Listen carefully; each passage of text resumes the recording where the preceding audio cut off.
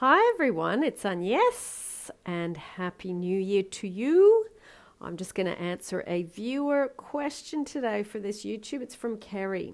Kerry has asked, I'm wondering if it's possible to do a YouTube on vibrational matches. Specifically, I'm wondering if you get to the point of being happy with who you are, loving yourself and not needing your specific person, what happens if they do not love themselves?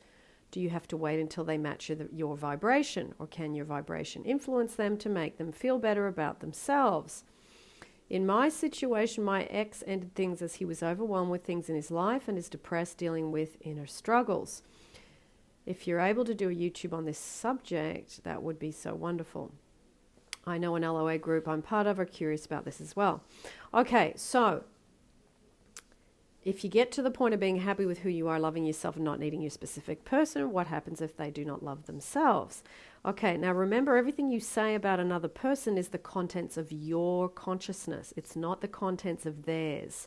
So you are observing them as not loving themselves. You're observing them as being whatever it is, depressed, stubborn, busy.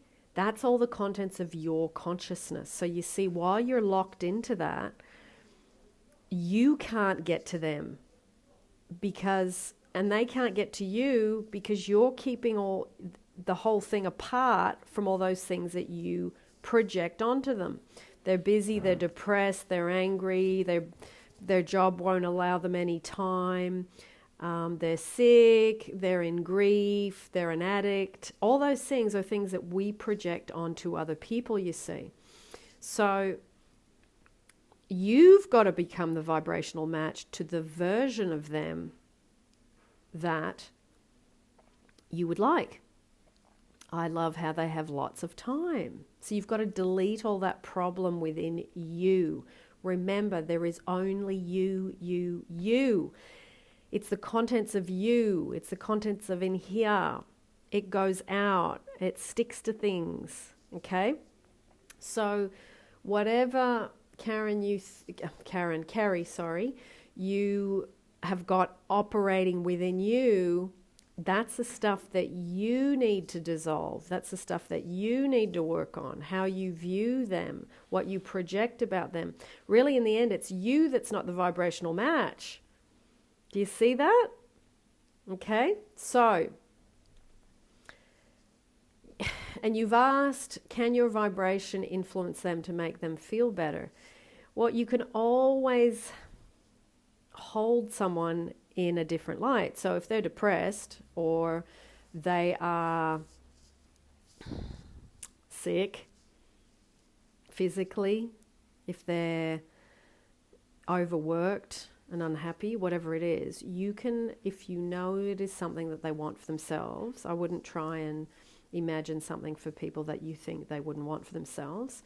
If you can imagine something for someone that you know they would want because they've told you, then hold them in that light, that they're happy if they're depressed, that they are free when they feel trapped around work or money and unhappy there.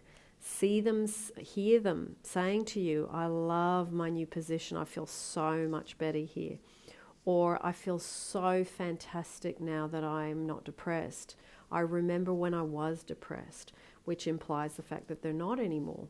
So you don't have to wait for anything.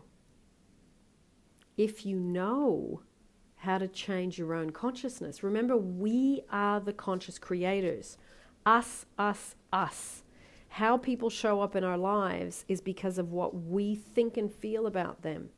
So if you remove that from within your own self, the problem within you, as in how you see them, how you hold them in that light, then you bring out the best in them. You get them to rise up. But you have to activate it within you so that they stop showing up in front of you in that state, you see. So you said here, my ex ended things as he was overwhelmed with things in his life, depressed, dealing with inner struggles. Now, you see, when people say that, there's always a warning light for me. I hear this all the time, and I hear people email me about this all the time. this person told me he doesn't want me around because things aren't going well for him. But really, it's not that. It's the fact that we were needy, or you were needy, and you were putting extra pressure on him to give you love. That's why they get rid of you. That's why they get rid of us when we are in that state, because they don't need another problem. They don't need another drain. Okay? So it's like if you were feeling really emotionally fantastic and you were an asset to them, they would want to be around you. Trust me. You become an emotional asset, not an emotional deficit. Okay? So when people say that stuff, you got to ask yourself, what have I got going on within me that this person is wanting me to go away? What am I doing? Because people often say to me, I was really trying to give them love and I just really wanted to love them. No. They were saying to you, if they wanted to get away, you didn't really want to love me. You were still trying to get from me, disguised as I really wanted to love you. And I hear this all the time, and we think it's real. We really just love somebody and they won't let me love them. No, they feel your need. They feel your need to love them. They feel it. That's why they say things like, I'm depressed and dealing with inner struggles and I'm overwhelmed and I need to get away. Okay? We got to look at this part of ourselves that brings this out in other people and be honest with ourselves. And therefore,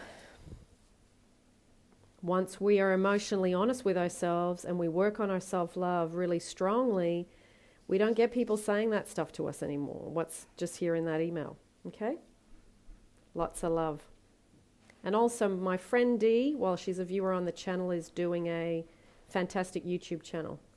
So I'm going to put the link down below.